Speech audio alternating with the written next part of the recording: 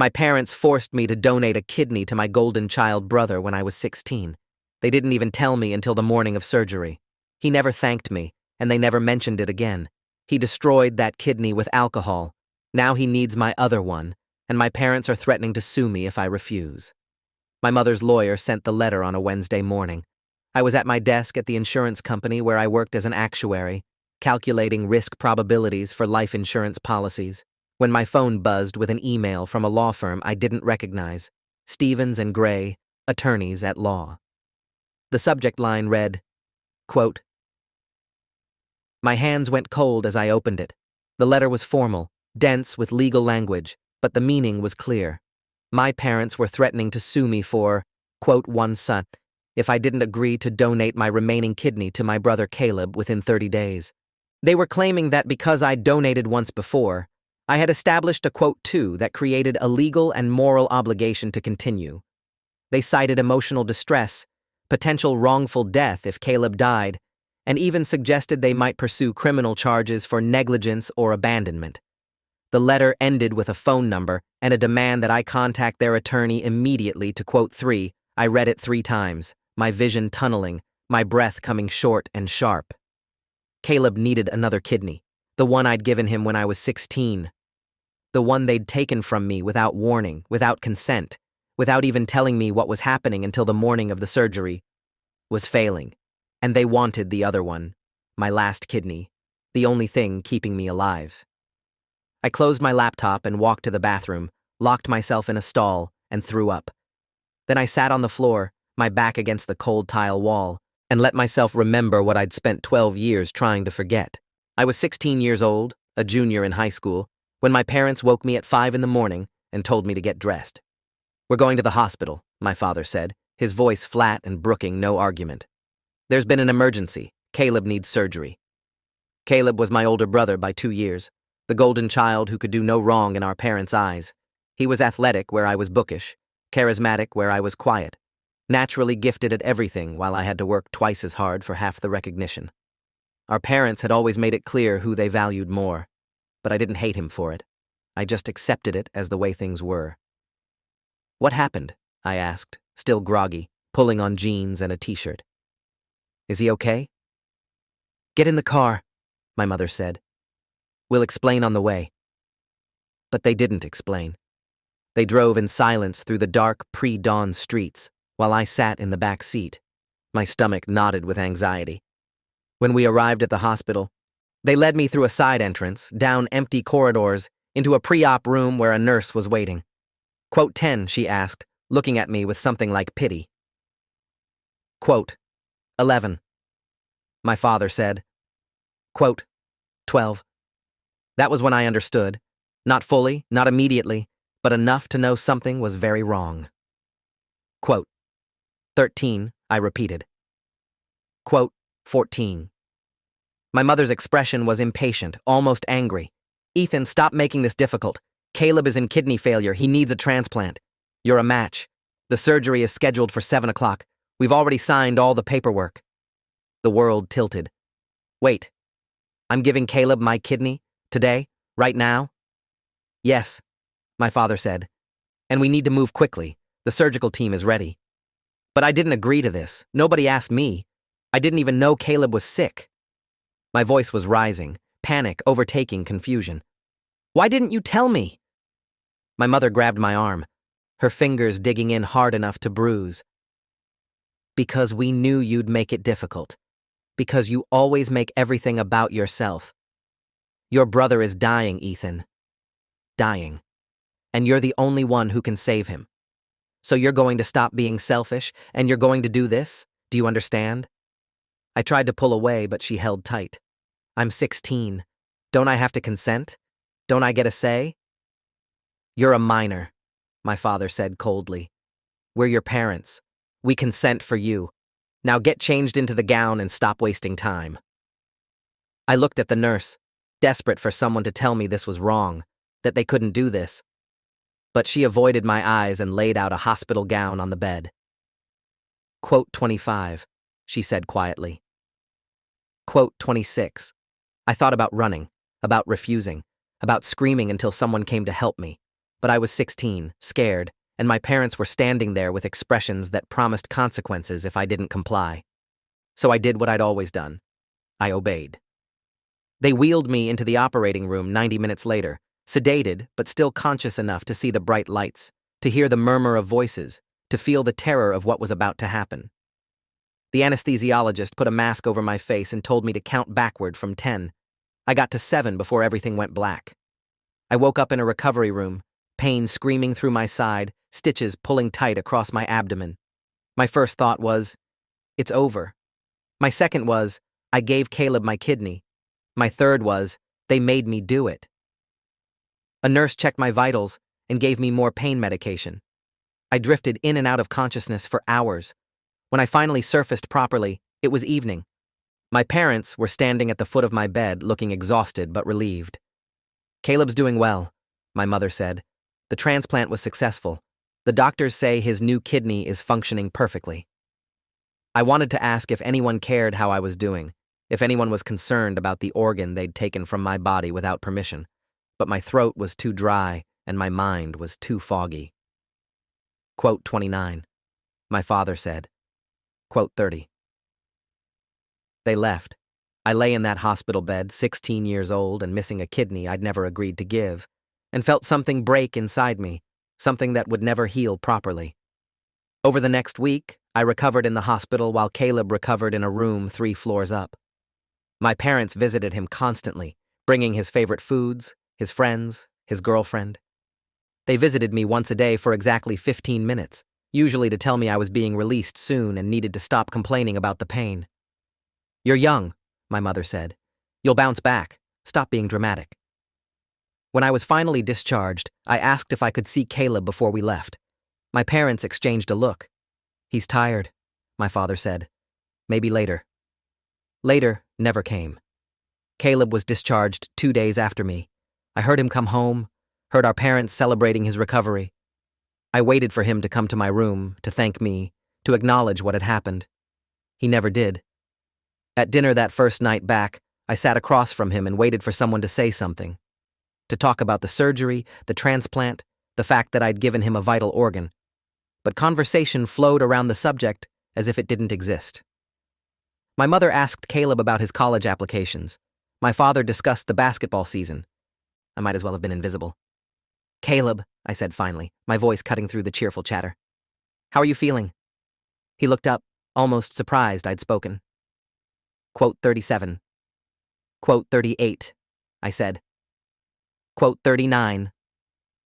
He nodded and went back to his food. That was it. No thank you. No acknowledgement. Nothing. I looked at my parents, waiting for them to prompt him, to remind him that I'd given him the kidney that was working so perfectly. But they just continued eating, the conversation moving on as if I hadn't spoken. I realized then that they'd decided the transplant would never be discussed, that it would be treated as something that had simply happened, like the weather, not something I'd been forced to do. It was their way of avoiding guilt, of erasing the violence of what they'd done to me. Over the next 2 years, I lived in that house, bearing the scar across my abdomen like a brand. No one ever mentioned it. Caleb went off to college, partied his way through freshman year, came home drunk half the times I saw him. He was living the life our parents had always envisioned for him, funded by their money and their endless forgiveness of his failures. Meanwhile, I kept my head down, worked 2 part-time jobs, saved every dollar. The day I turned 18, I moved out. I got a tiny studio apartment across town, finished high school, put myself through college with scholarships and loans and night shifts at a warehouse. I changed my phone number and didn't give it to my parents. I built a life they weren't part of. For 12 years, I barely spoke to them. Occasional texts on holidays, obligatory responses that kept them from showing up at my door, but maintained just enough contact that I could tell myself I hadn't completely severed ties. I told myself I'd moved on, that I'd healed, that what happened when I was 16 didn't define me, but the scar was still there. And now, sitting on that bathroom floor at my office, holding a letter threatening to sue me for my remaining kidney, I understood that I'd been lying to myself. I hadn't moved on. I'd just been waiting for the next trauma. I pulled myself together, went back to my desk, and called the number on the letter. A receptionist answered. Quote 40, quote 41, quote 42. A man's voice came on the line, smooth and professional. This is Gerald Stevens. Am I speaking with Ethan Carver? Yes. Mr. Carver, thank you for calling so promptly. I represent your parents, Richard and Diane Carver, in a matter of urgent family medical necessity. I assume you've read our letter? I read it, and the answer is no, I'm not donating my kidney. There was a pause. Then, Mr. Carver, I don't think you understand the severity of the situation. Your brother is in end-stage renal failure. He's on dialysis 3 times a week. He's at the top of the transplant list, but compatible kidneys are extremely rare. You're a perfect match, Abao. You've already proven that. Without your donation, your brother will die within months, possibly weeks. Your refusal to help puts you in an extremely difficult legal position. My refusal to let someone take my last kidney puts me in a difficult legal position? I kept my voice flat. That's an interesting interpretation of bodily autonomy. Under certain circumstances, family members can be compelled to provide life-saving medical assistance. This is especially true when there's precedent, when you've donated before. You've established a pattern of care. I didn't establish anything. I was 16. I was coerced. They didn't even tell me what was happening until the morning of the surgery. Another pause. Are you claiming your parents forced you to donate against your will? Yes, that's exactly what I'm claiming. Do you have documentation of this? Medical records indicating you were forced? Any evidence of coercion? I didn't. I'd been a terrified 16-year-old. I'd signed whatever they'd put in front of me under my parents' pressure. The consent forms almost certainly showed my signature, obtained under duress, but legally binding. Quote 55, I said. Quote 56. Quote 57. Gerald's tone shifted, becoming harder. Mr. Carver, let me be blunt. Your parents are prepared to pursue this aggressively. They'll sue for wrongful death if your brother dies without your kidney. They'll testify that you promised to help him, that you owe him for all the support they've provided you over the years. They'll make your refusal public. And trust me, when I say the court of public opinion will not be kind to a man who lets his brother die when he could save him. Let them try, I said, surprised by the steadiness in my voice.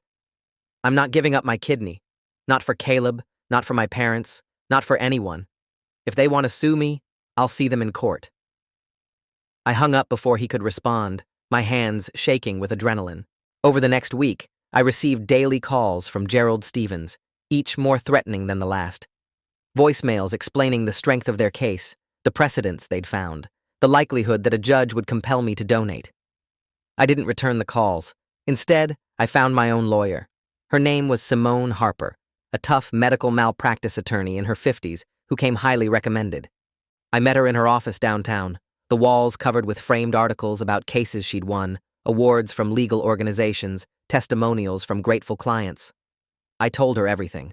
The forced donation when I was 16, the lack of consent, the years of silence, the current demand for my remaining kidney. She listened without interrupting, taking notes, her expression growing darker as the story progressed. When I finished, she set down her pen and looked at me directly. Quote, 61, quote, 62, quote, 63, relief flooded through me, quote, 64, quote, 65. Simone confirmed, quote, 666. The word hung in the air, criminal, quote, 67, quote, 68.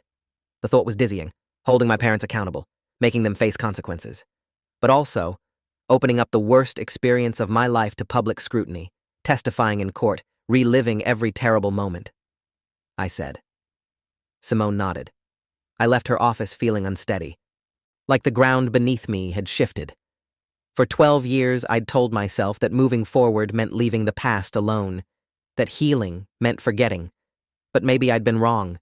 Maybe healing meant confronting what had been done to me and demanding justice. That night, my mother called. I let it go to voicemail, then listened to the message, quote, 71, quote.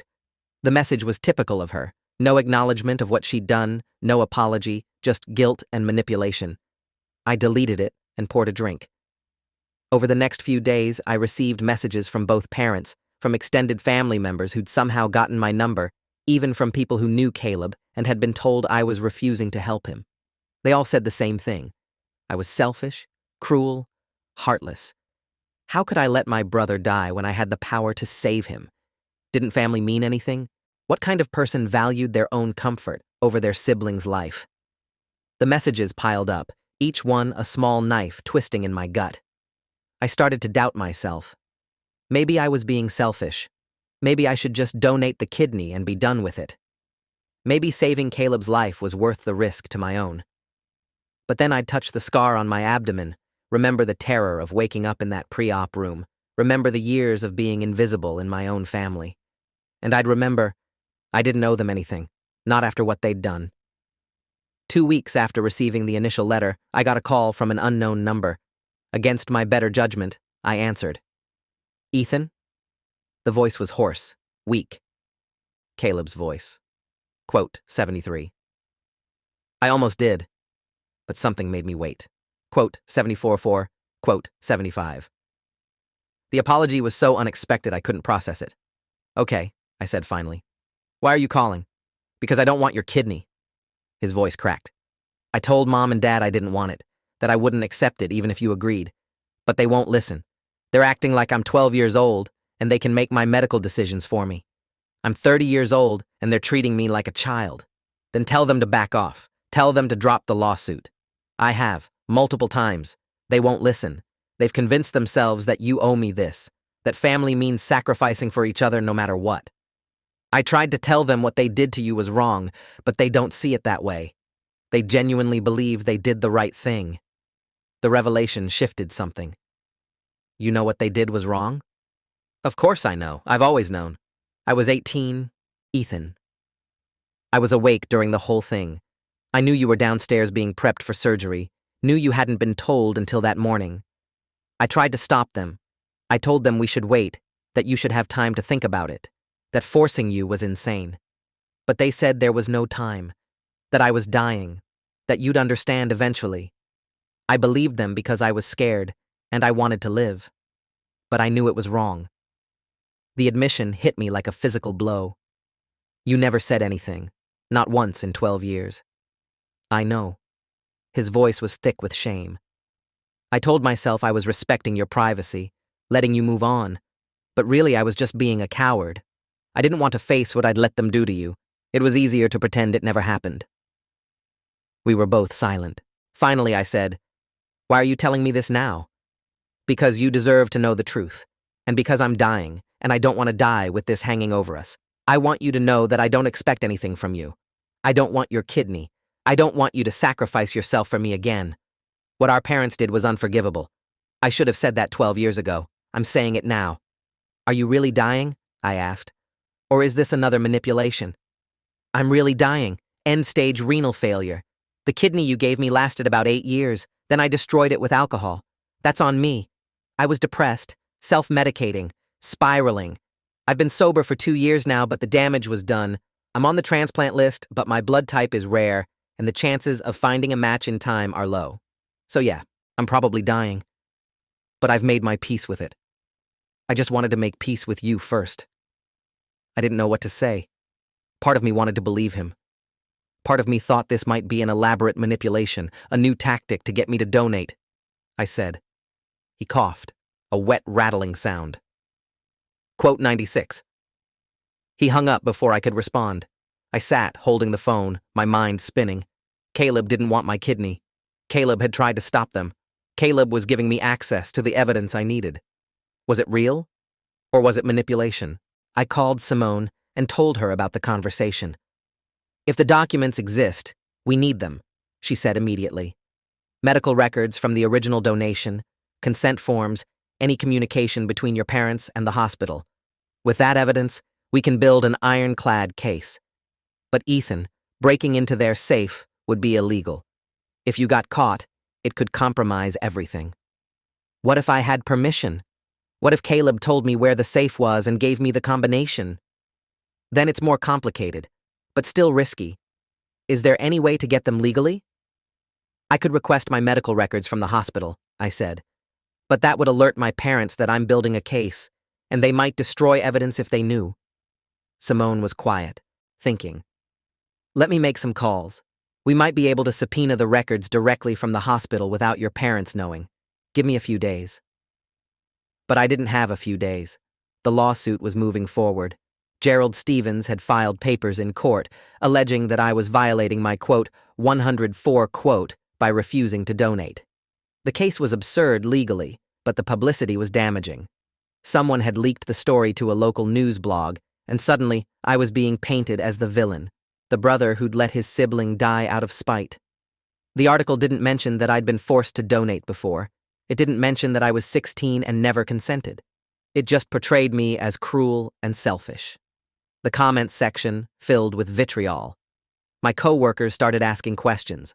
My boss called me into his office to discuss, quote, 105, quote, and how it was affecting workplace morale. I realized my parents had found a new way to hurt me.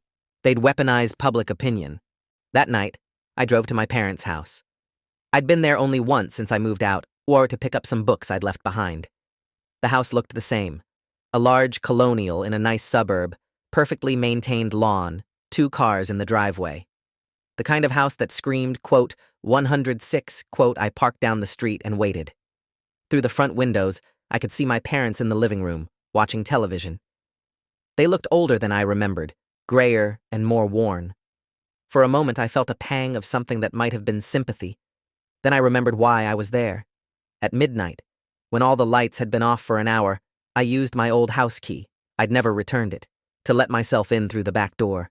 My heart hammered so hard I thought they'd hear it upstairs. I moved through the dark house by memory, up the stairs, down the hallway to my parents' bedroom. The door was open. I could hear my father snoring, my mother's quieter breathing. I slipped into their room, moving in slow motion, every footstep placed with excruciating care. The closet door creaked when I opened it. I froze, waiting for someone to wake up.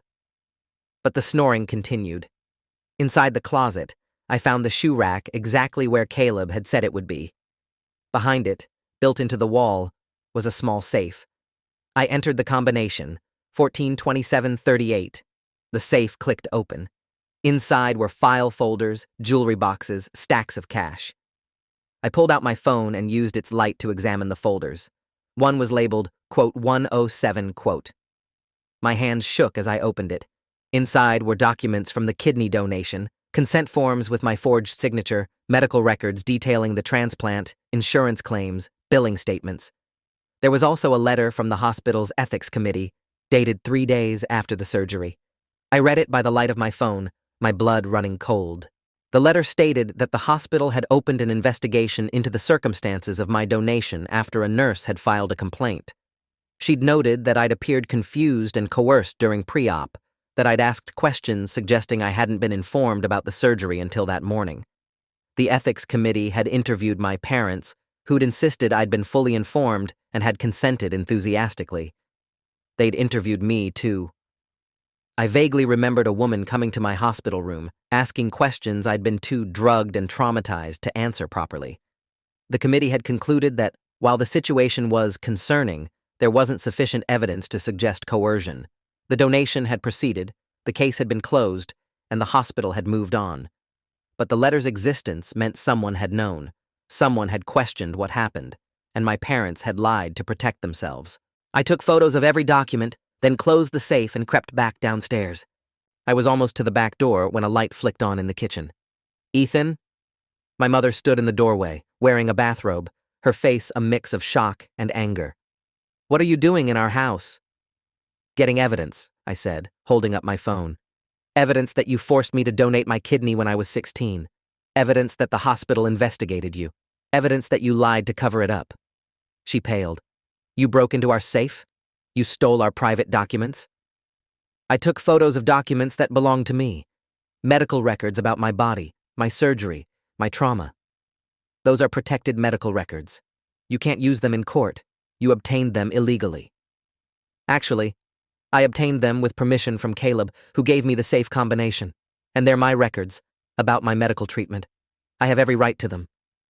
My father appeared behind her, his face red with rage.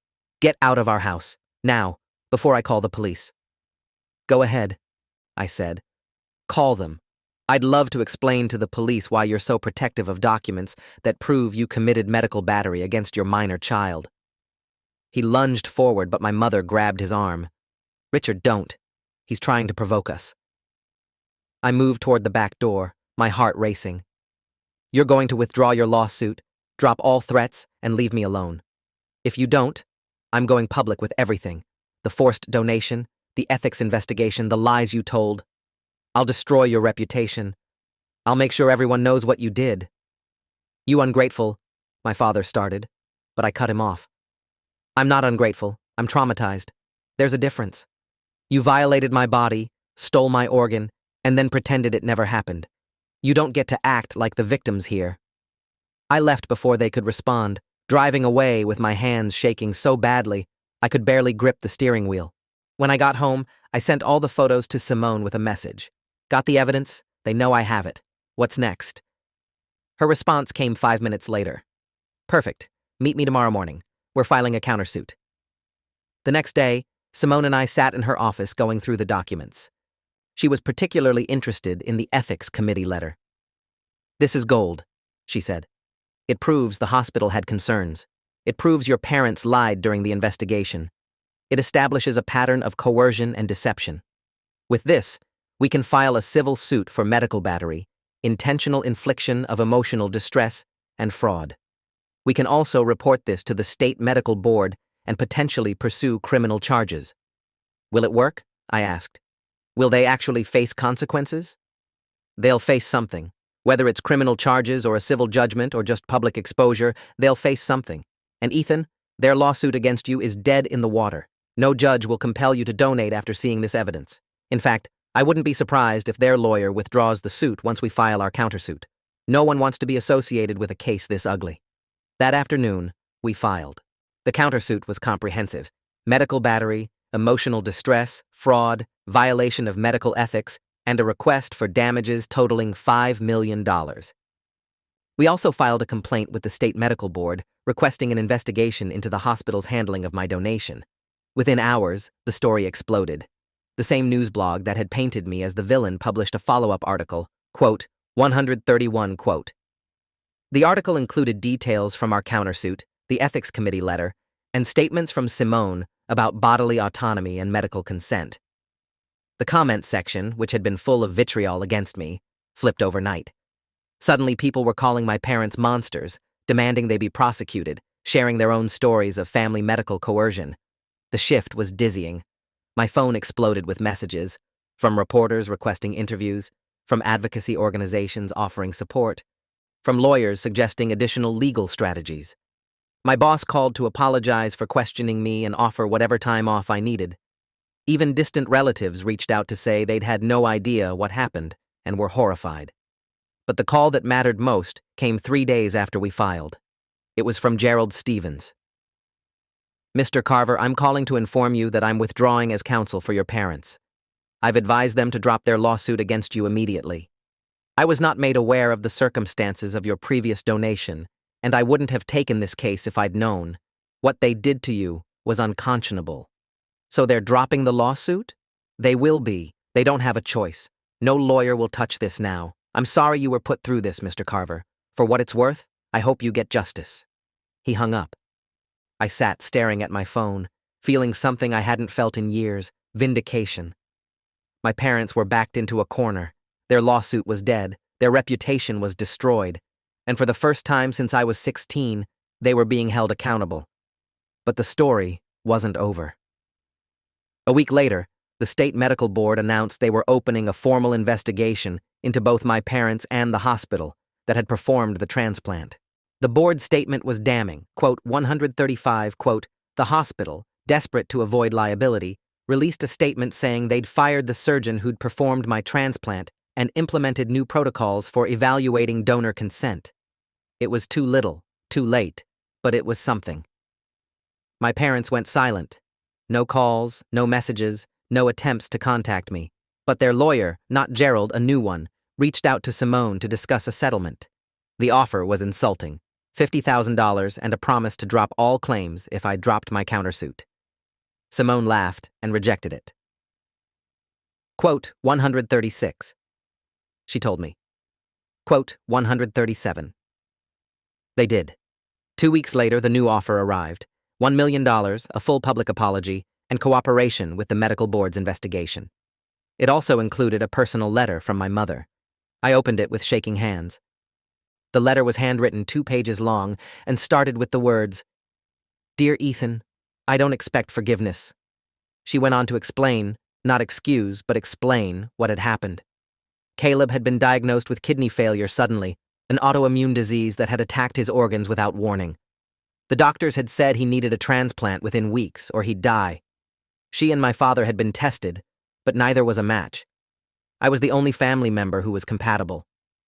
She wrote. I read the letter 3 times, tears streaming down my face. It was the apology I'd needed for 12 years. But it was also just words. Words couldn't undo the trauma. Words couldn't give me back the kidney they'd taken.